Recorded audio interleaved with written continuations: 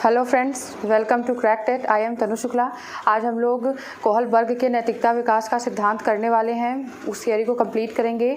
Kohlberg का moral development theory complete करेंगे और उसके क्वेश्चंस भी करेंगे। और जितने भी सीटेट में क्वेश्चंस आ चुके हैं सारे तो नहीं करेंगे, लेकिन कुछ टॉपिक से मिलाकर हम लोग करेंगे। और अगर आप लोगों को मेरे चैनल के कंटेंट पसंद आ रहे हो तो आप मेरे इन वीडियोस को लाइक करें, शेयर करें और चैनल को सब्सक्राइब करें और बेल आइकन को भी प्रेस करें। अब हम चलते हैं अपने थियोरी की तरफ। तो हम लोग आ चुके हैं अपने वेबसाइट पर और यहाँ से हम आज देखेंगे कोहलबर्ग का नैतिक विकास का सिद्धांत, कोहलबर्ग्स मोरल डेवलपमेंट थ्योरी।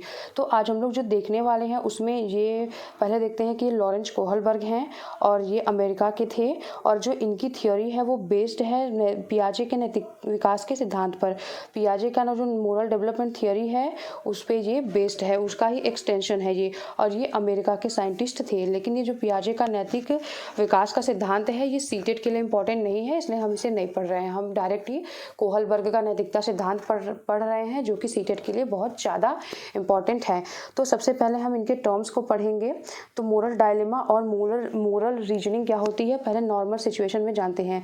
मान लेते हैं कि एक बच्चा, जैसे कि हम लोग कहीं जाते हैं, मंदिर वगैरह जाते हैं, तो एक कोई बच्चा आ जाता है और भीख मांगने लगता है। तो हमारे सामने दो सिचुएशन आती है कि हमें इसे भीख देनी चाहिए या फिर हमें इसे भीख नहीं देनी चाहिए। अगर हम इसे भीख देंगे तो इसे बहुत ज़्यादा बढ़ावा मिलेगा और ये ऐसा ही करता रहेगा। और अगर हम भीख नहीं देंगे तो ये क्या खाएगा, कैसे करेगा, हम ये भी कभी कभी सोच लेते हैं।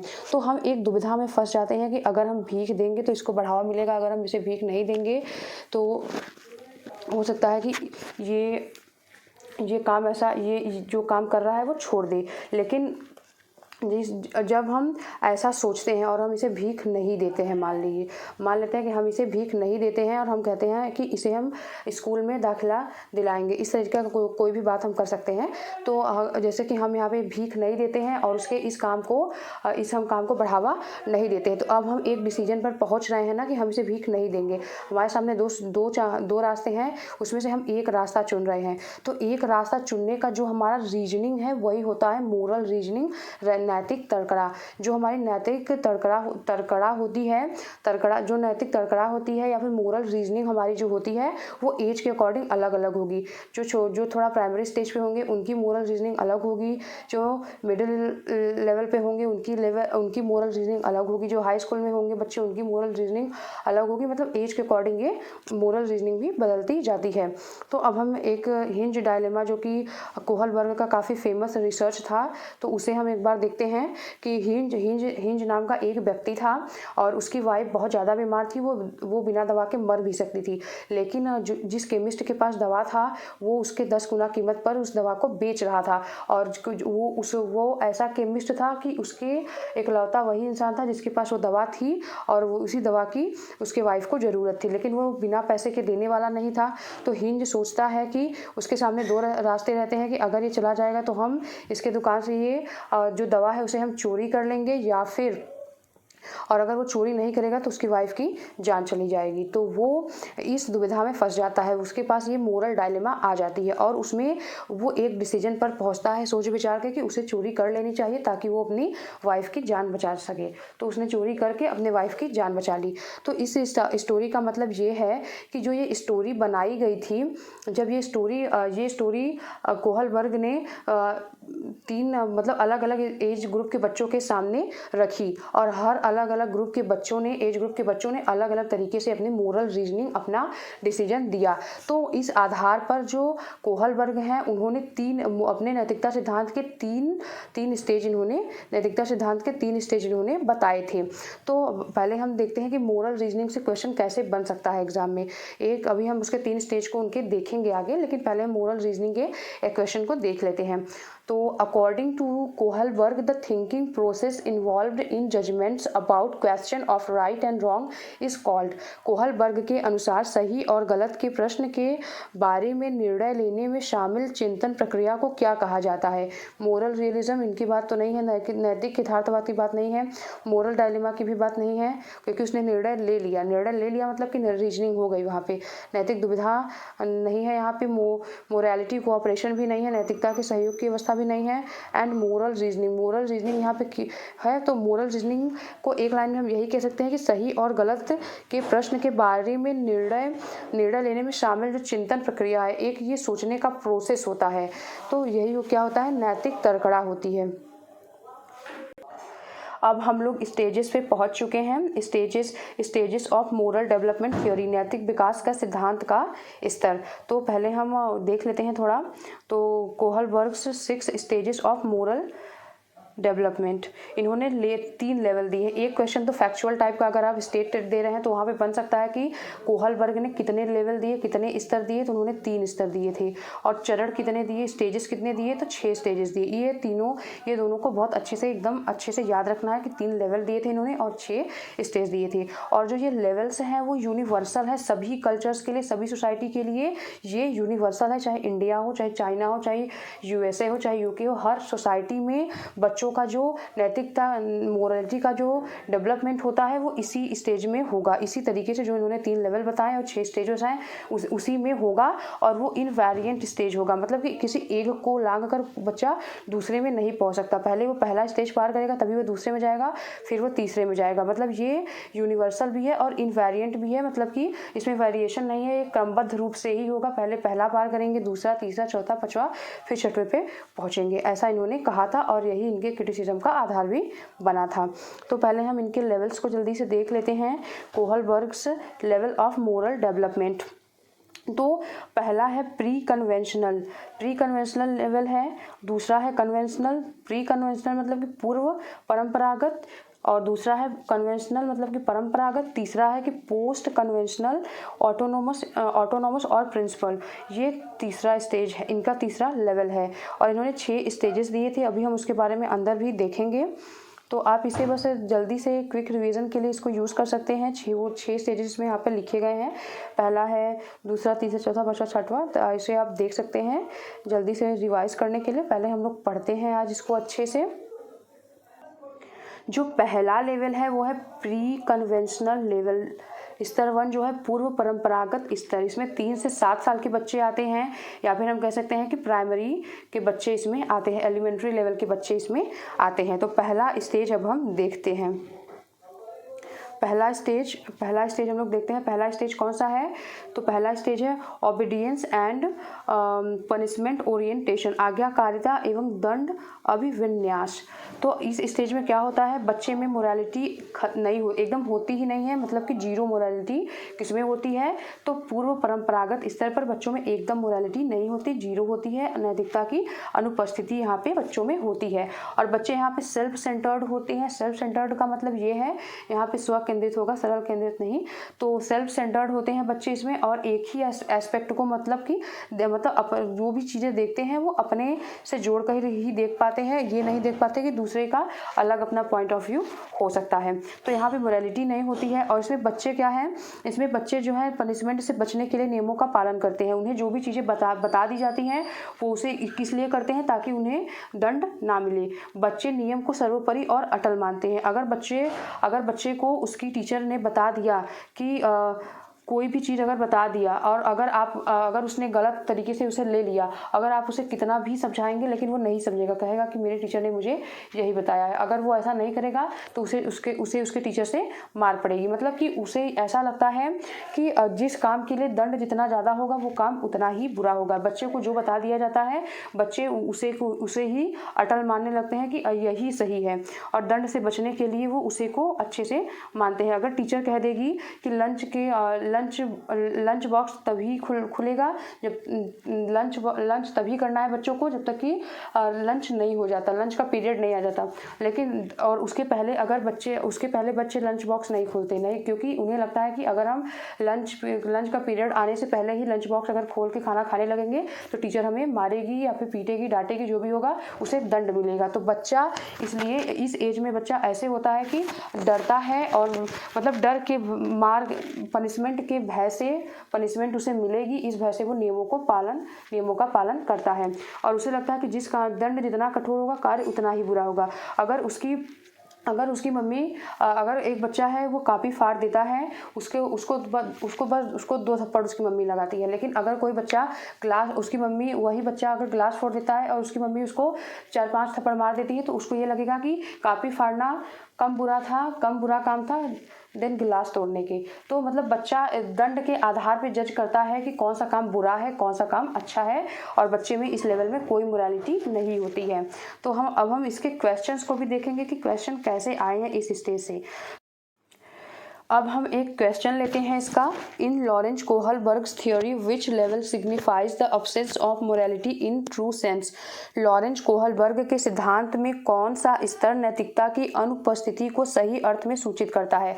तो इन्होंने 3 लेवल दिए थे, जैसा कि हम लोगों ने पहले ही पढ़ा कि लेवल 1 में 0 नैतिकता होती है या फिर नैतिकता की अनुपस्थिति होती है। तो इस तरीके से क्वेश्चन आते हैं। अब हम नेक्स्ट क्वेश्चन भी देखेंगे कि और कैसे क्वेश्चन आए हैं इस स्टेज से।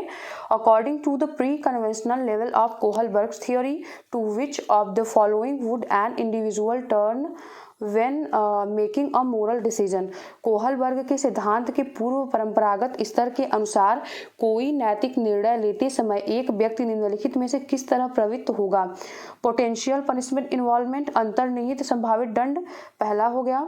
उसके बाद दूसरा है पर्सनल नीड्स एंड डिजायर्स, व्यक्तिगत आवश्यकताएं तथा इच्छाएं, इसकी तो बात नहीं होगी है अभी तक। दूसरा हो गया इंडिविजुअल वैल्यूज, तो इसकी भी बात नहीं हुई, व्यक्तिगत मूल्य भी नहीं है, पूर्व परंपरागत की यहाँ पे बात हो रही है। और फैमिली एक्सपेक्टेशन की भी यहाँ पे कोई बात नहीं है। तो यहाँ पे प्री कन्वेंशनल लेवल में बच्चा जो है कोई भी नैतिक निर्णय लेता है तो किस तरह प्रवृत्त होता है। पोटेंशियल पनिशमेंट इन्वॉल्व, मतलब कोई भी काम कर रहे हैं और उसमें कितना दंड, जितना उसमें दंड लेवल ज़्यादा होगा वो काम उतना ही बुरा होगा। मतलब उसके जिस काम के लिए जितना ज़्यादा दंड मिलता है वो काम उतना ही ज़्यादा बुरा होगा। बच्चे मतलब यही सोचते हैं, उसमें अंतर्निहित संभावित जो दंड होता है उसके आधार पर वो अपना मोरल डिसीजन देते हैं। अब एक नेक्स्ट क्वेश्चन है, a child argues that Heinz should not steal the drug medicine that can save his wife because he will be caught and sent to jail if he does so. According to Kohlberg which stage of moral understanding does the child fall under. एक बच्चा तर्क प्रस्तुत करता है कि hinge को दवाई चोरी नहीं करनी चाहिए, वह दवा जो उसकी पत्नी की जान बचाने के लिए जरूरी है, क्योंकि यदि वह ऐसा करता है तो उसे पकड़ा जाएगा और जेल भेज दिया जाएगा।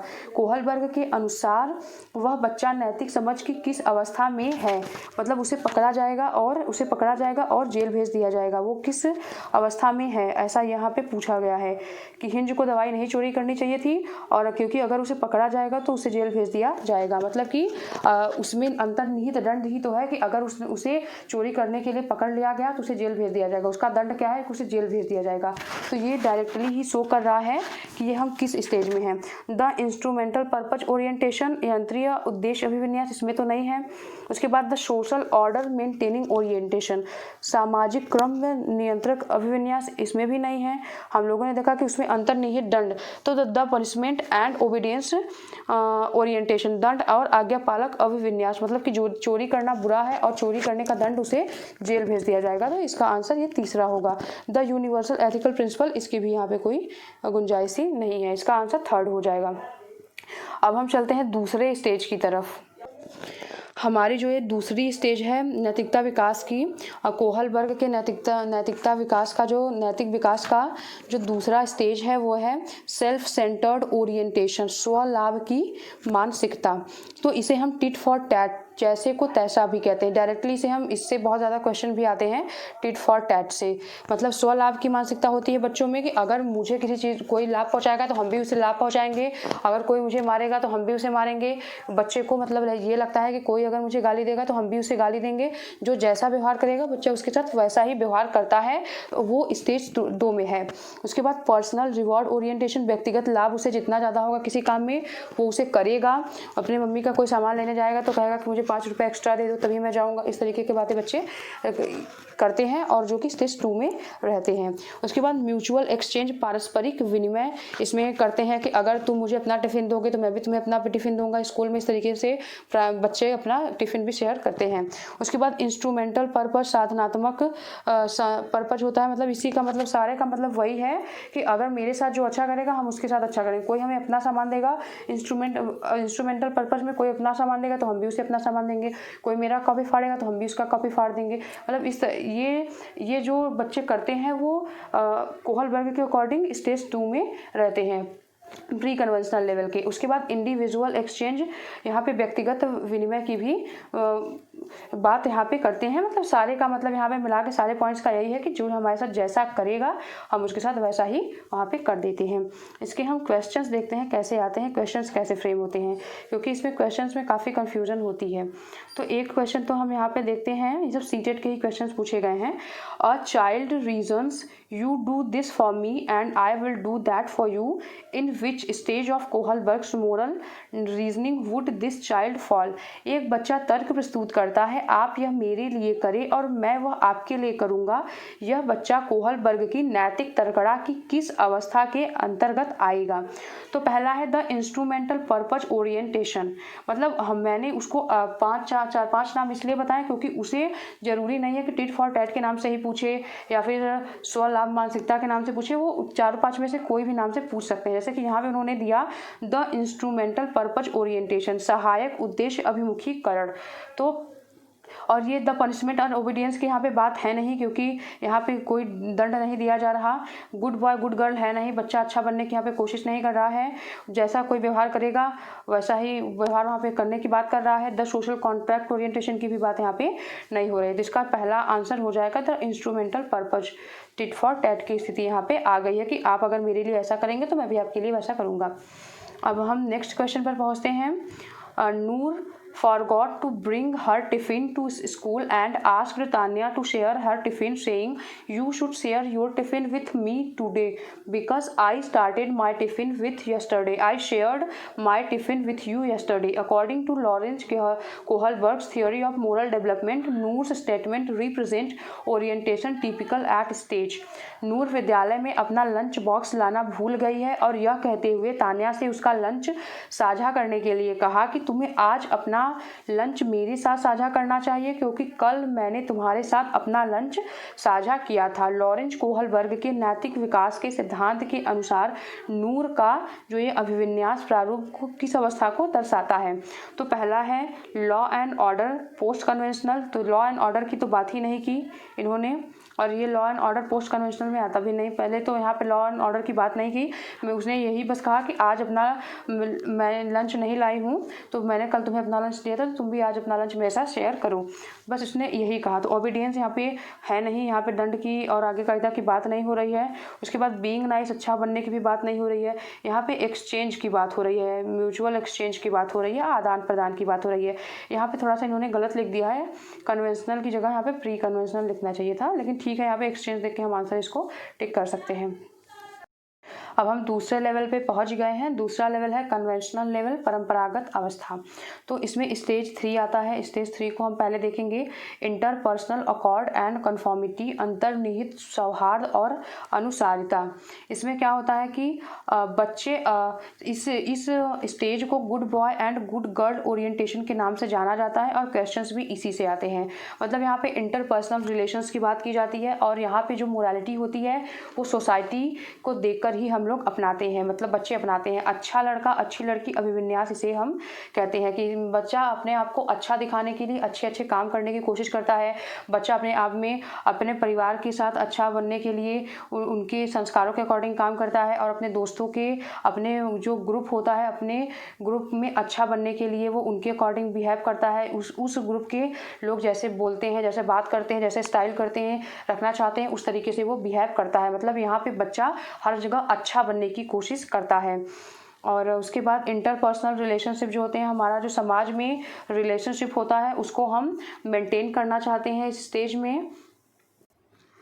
ये सामान्यतः एडोलसेंस एज में होती है, यहाँ पे हम लोग देख रहे हैं, यहाँ पर लिखा भी गया है।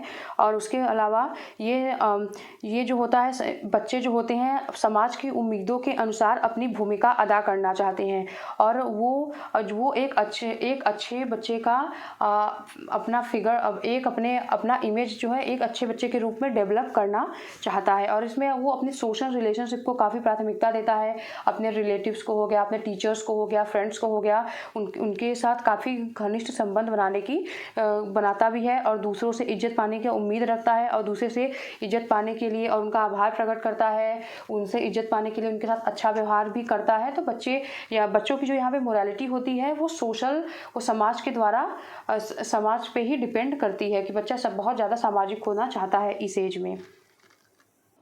फिर हम स्टेज 4 में आ जाते हैं, जो कि कन्वेंशन का दूसरा स्टेज है। स्टेज 4 में हम आ गए हैं authority and social order maintaining orientation.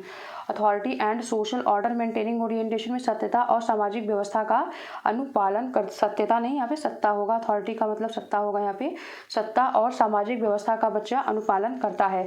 यहाँ पे मतलब नियम तो यहाँ पे भी होते हैं, रूल्स यहाँ पे होते हैं, लेकिन क्यों नहीं यहाँ पे बच्चा रूल क्यों फॉलो करता है? क्योंकि उसमें सेल्फ अवेयरनेस आ जाती है। वो सोशल ऑर्डर को मेंटेन इसलिए करता है क्योंकि उसमें सेल्फ अवेयरनेस आ जाती है और वो अपने मन से उसे करता है। वो डर से सोशल ऑर्डर को नहीं मानता है, बल्कि वो जागरूकता है उसके अंदर, इसलिए वो सोशल ऑर्डर को मेंटेन करने की कोशिश करता है। जो भी नियम और कानून बनाए गए हैं, ऐसा मानता है कि बच्चा जो भी अभी तक समाज में नियम और कानून बनाए गए हैं वो समाज के हित में बनाए गए हैं और उनका पालन करना हमारा कर्तव्य है।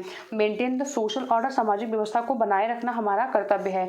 जैसे कि अभी इस समय कोरोना पीरियड में अगर हम देखें तो अभी सोशल डिस्टेंसिंग मेंटेन करना ये एक सरकार का ऑर्डर है, मास्क लगाना सरकार का ऑर्डर है। अगर हम सोशल डिस्टेंसिंग और मास्क इसलिए नहीं लगा रहे हैं कि हमारे ऊपर कोई सरकार केस कर देगी, बल्कि हम इसलिए लगा रहे हैं ताकि हम अवेयर हैं कि अगर हम सोशल डिस्टेंसिंग को मेंटेन नहीं करेंगे तो कोरोना बहुत ज़्यादा बढ़ सकता है।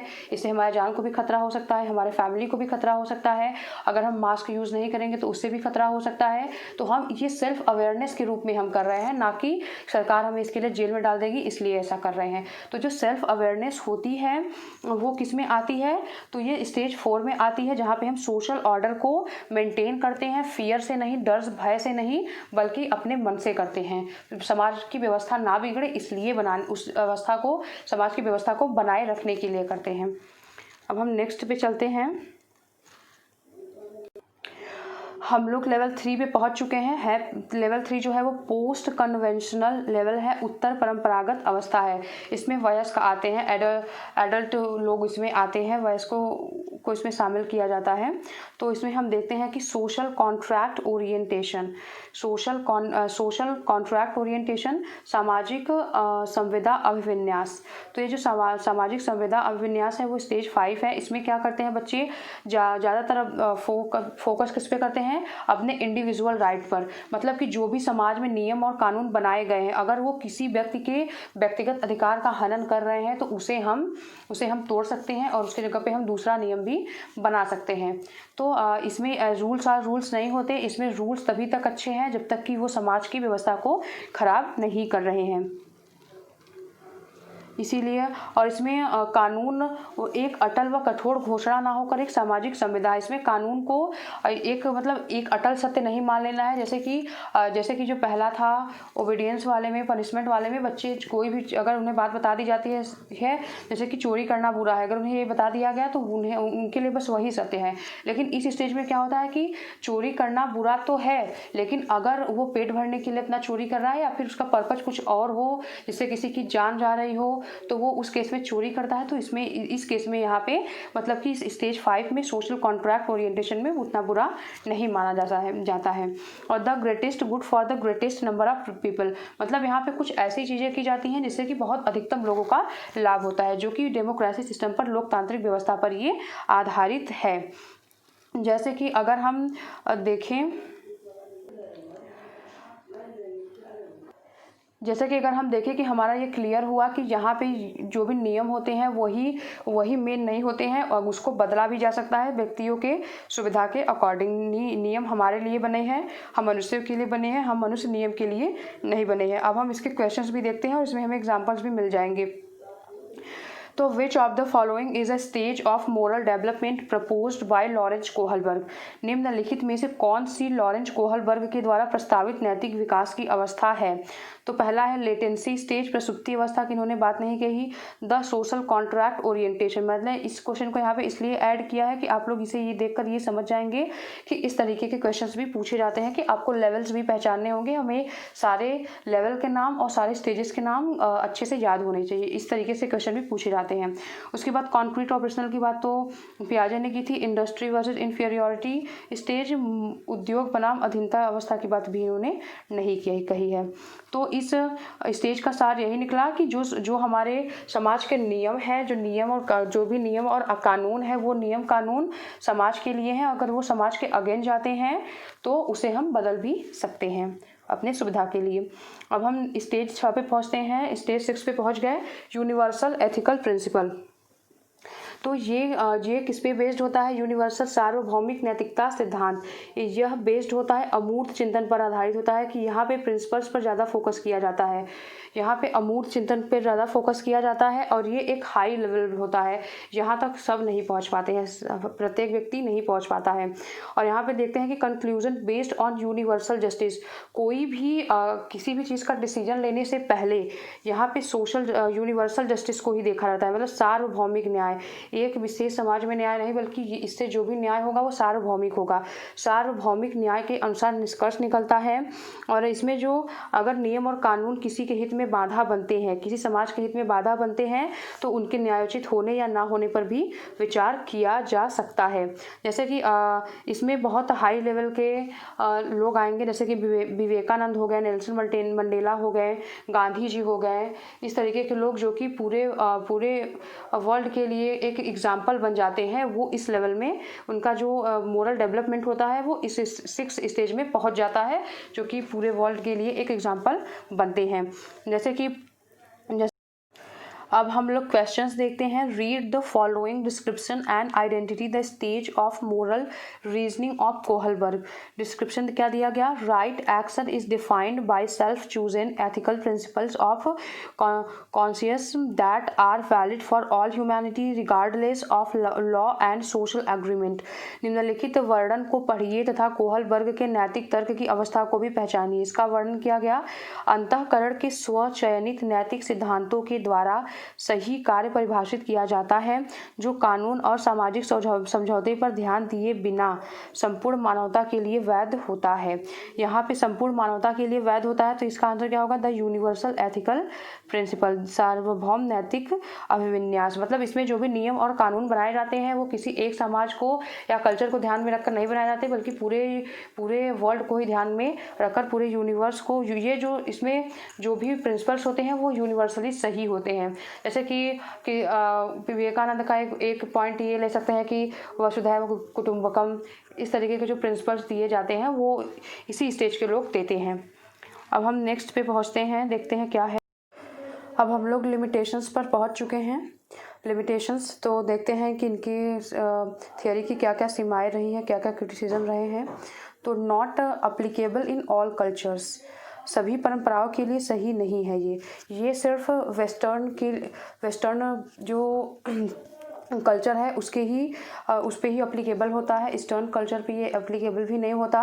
और उसके अलावा कोई भी ऐसा थियोरी नहीं होता कि वो पूरे यूनिवर्स पर लगे। ये सारे कल्चर्स को सही वेल डिफाइन नहीं करता, मतलब उनके नैतिक विकास को शो नहीं करता है। और उसके बाद हाइपोथेटिकल सिचुएशन, परिकल्पना को ही इन्होंने ज़्यादा महत्व दे दिया कि मतलब स्टेज के अकॉर्डिंग ही बच्चे एक स्टेज को लांघकर दूसरे स्टेज में नहीं पहुँचेंगे। और अगर बच्चे एक से दूसरे में पहुँच गए तो पहले के अकॉर्डिंग बिहेव नहीं करेंगे। जबकि आज की सिचुएशन में क्या होता है कि हाँ, हर इंसान हर तरीके के लेवल की तरफ बिहेव कर रहा है। और ज़्यादातर इंसान सिर्फ 5वें लेवल तक ही पहुँच पाता है। 6वें लेवल पर तो लोग पहुँच भी नहीं पाते हैं। 6वें मतलब स्टेज पे लोग पहुँच भी नहीं पाते। जैसे कि अगर तुमने ये काम नहीं किया तो मैं तुम्हें पीट दूंगा, या फिर मैं तुम्हें मार दूंगा, या फिर इस तरीके की बातें जो हैं वो मतलब दंड वाली जो बातें हैं वो लेवल 1 में की जाती है। लेकिन अभी बड़े लोग भी ऐसा काम करते हैं। और दूसरा लेवल है उसमें टिट फॉर टैट, ज़्यादातर लोग तुम मेरे साथ जैसा व्यवहार करोगे मैं तुम्हारे साथ साथ वैसा ही व्यवहार करूँगी।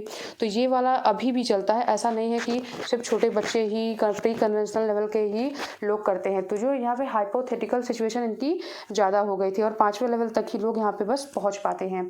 और उसके बाद मोरालिटी वर्सेस बिहेवियर, तो ऐसा भी होता है कि मोरल थॉट हमारी कुछ और होती है और हम करते कुछ और है मोस्टली। तो ये हम देख सकते हैं पॉलिटिशियंस में, वो कुछ दिखाते को कुछ और है जनता के सामने और करते कुछ और हैं। तो ये भी सही बात है, ये भी इस पॉइंट पर भी इनको क्रिटिसाइज़ किया गया। उसके अलावा इग्नोर फैमिली इन्फ्लुएंस, मतलब कि परिवार के प्रभाव को इग्नोर किया गया। मतलब फैमिली कैसी है ये भी डिपेंड कर ये बहुत ज़्यादा डिपेंड करता है कि हमारा मोरल थिंकिंग कैसा होगा। ये बहुत ज़्यादा हमारे मोरल थिंकिंग को प्रभावित करता है कि फैमिली हमारे मोरल थिंकिंग को, हमारे बिहेवियर को बहुत ज़्यादा प्रभावित करती है। और इस पॉइंट को कोहलबर्ग ने पूरी तरह से इग्नोर कर दिया था। उसके बाद है 5वां है बायस्ड सैंपल्स, पक्षपाती बायस्ड सैंपल। इनका सबसे फेमस क्रिटिसिज्म जो है गिलिगन ने ही किया था। ये एक राइटर थी और उन्होंने कहा कि कोहलबर्ग की थियोरी में जेंडर बायस्डनेस है, मतलब कि ये जेंडर पक्षपाती है क्योंकि इन्होंने जितने भी सैंपल्स लिए थे वो मेल के लिए थे, फीमेल के लिए ही नहीं थे। तो इसे हम कैसे सभी कल्चर्स में लगा सकते हैं, हम कैसे इसे सभी जेंडर पर ये थियोरी लगा सकते हैं, क्योंकि जो फीमेल्स होती हैं उनमें थोड़ा सा केयर का पर्सपेक्टिव ज़्यादा होता है कंपैरिजन टू मेल। तो ये इसके लिए भी इनकी काफ़ी आलोचना की गई इस थियोरी की, और ये काफ़ी फेमस आलोचना है कि जो ये कोहलबर्ग का थियोरी है वो नैतिकता सिद्धांत को जेंडर पक्षपाती, मतलब कि जेंडर पक्षपात को शो करता है, मतलब जेंडर पक्षपाती तो है ही ये। अब इसके हम क्वेश्चंस लेते हैं। Lawrence Kohlberg's theory of moral reasoning has been criticised on several counts, which of the following statements is correct in the context of this criticism. Lawrence Kohlberg के नैतिक तर्क के सिद्धांत की अनेक बातों के लिए आलोचना की जाती है और इस आलोचना के संदर्भ में निम्नलिखित में से कौन सा सही है। Kohlberg has based his study primarily on male samples. Kohlberg ने अपने अध्ययन को मूलतः पुरुषों के नमूनों पर आधारित किया था। ये तो हम लोगों ने देखा ये भी को कि इनका जो थियोरी था वो मूलतः जो सैंपल्स इन्होंने लिए थे वो मेल के ही लिए थे। उसके बाद Kohlberg has not given typical responses to each stage of moral reasoning. Kohlberg ने नैतिक तर्क के प्रत्येक सोपान के लिए विशेष उत्तर नहीं दिया, तो ये बात तो नहीं थी। उसके बाद Kohlberg has duplicated Piaget's methods of arriving at this theoretical framework. अपनी सैद्धांतिक रूपरेखा पर पहुंचने के लिए कोहलबर्ग ने पियाजे के सिद्धांतों को दोहराया है, उन्होंने दोहराया नहीं, उसे एक्सटेंड करने की कोशिश की थी, तो ये भी नहीं होगा। उसके बाद Kohlberg's theory did not focus on children's responses. Kohlberg का सिद्धांत बच्चों के प्रत्युत्तरों का ध्यान केंद्रित नहीं करता है, तो जिसका आंसर होगा वो पहला हो जाएगा। और उसके बाद क्योंकि आलोचना तो उनकी सभी है, लेकिन सबसे फेमस आलोचना जो थी वो यही थी जेंडर बायस्डनेस की। उसके बाद नेक्स्ट पॉइंट, मतलब नेक्स्ट क्वेश्चन देखते हैं जो कि आलोचना से ही क्वेश्चन पेपर में आया हुआ था। What a major criticism of Kohlberg's theory. Kohlberg के सिद्धांत की एक प्रमुख आलोचना क्या है। Kohlberg's proposed a theory without any empirical basis. Kohlberg ने बिना किसी अनुभूति मूलक आधार के सिद्धांत प्रस्तुत किया नहीं, उन्होंने अनुभूति मूलक आधार प्रदान किए थे, मेल चाइल्ड के थे वो। एंड उसके बाद Kohlberg proposed that moral reasoning is developmental. Kohlberg ने प्रस्ताव किया कि नैतिक तार्किकता विकासात्मक है, ऐसा भी नहीं कहा उन्होंने। उसके बाद Kohlberg did not account for cultural differences in moral reasoning of main and women. Kohlberg ने पुरुषों एवं महिलाओं की नैतिक तार्किकता में सांस्कृतिक विभिन्नताओं को महत्व नहीं दिया, ये बात इनकी सही है। उसके बाद Kohlberg did not give clear cut stages of moral development. Kohlberg ने नैतिकता के स्पष्ट सिद्धांत को, मतलब स्टेजेस को नहीं दिया, तो ये बात नहीं है। तो इनकी जो प्रमुख आलोचना है वो यही है कि इन्होंने पुरुष और महिलाओं के नैतिक तार्किकता में सांस्कृतिक विभिन्नताओं को महत्व नहीं दिया था, क्योंकि इन्होंने कल्चर को ध्यान में नहीं रखा था।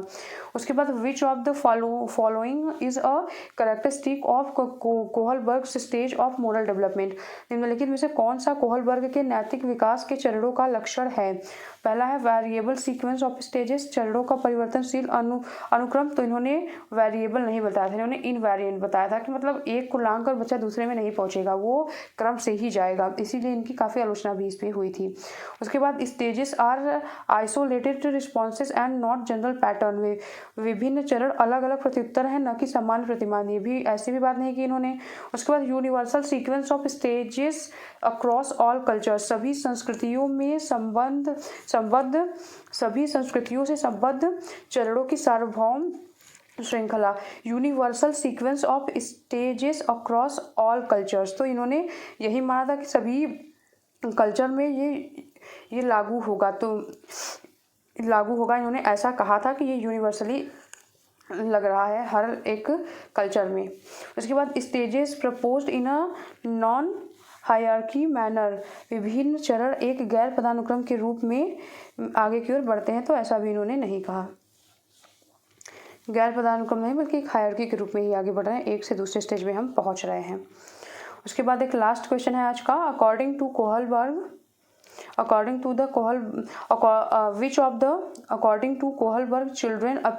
Children approach thinking about right and wrong. Kohlberg के अनुसार सही और गलत के बारे में बच्चे चिंतन करते हैं डिफरेंटली एट डिफरेंट एजेस, अलग आयु में अलग तरीके से, in the same fashion and different stages, अलग चरणों में समान रूप से, एज पर द कॉन्टेक्स्ट, संदर्भ के अनुसार, as per the instructions given by the parents. तो डिफरेंटली एट डिफरेंट एजेस, तो इन्होंने यही तो लिया था हिंज डायलेमा से। उस स्टोरी को जब उन्होंने बच्चों को सुनाई तो अलग अलग एज के बच्चे अलग अलग तरीके से अपना मोरल रीजनिंग दे रहे थे। तो ये इसका आंसर पहला हो जाएगा, डिफरेंटली एट डिफरेंट एजेस। अलग चरणों में समान रूप से तो ऐसा होता नहीं, क्योंकि बच्चे की एज बढ़ती जाएगी, उसका सोचने का तरीका भी बदलेगा। संदर्भ के अनुसार, एज पर द कॉन्टेक्स्ट, तो इन्होंने इसकी बात नहीं की थी, बल्कि इन्होंने कॉन्टेक्स्ट को इन्होंने लिया ही नहीं था। इन्होंने यही इनका आलोचना का आधार भी ये बना था। As per the instruction given by the parents, तो पेरेंट्स के अभिभावकों द्वारा प्रदत्त निर्देशों के अनुसार, ऐसे भी इन्होंने कोई बात नहीं की। इसका आंसर ए होगा। तो अब हमारा यहाँ पे कोहलबर्ग का थियरी खत्म हो गया है। अब हम लोग कोई नेक्स्ट नया टॉपिक सीडीपी का स्टार्ट करेंगे बहुत जल्दी। अगर आप लोगों को मेरे चैनल के कंटेंट पसंद आ रहे हो तो आप मेरे चैनल को सब्सक्राइब करें, मेरे वीडियोस को लाइक करें, शेयर करें और बेल आइकन को भी प्रेस करें। Thank you so much.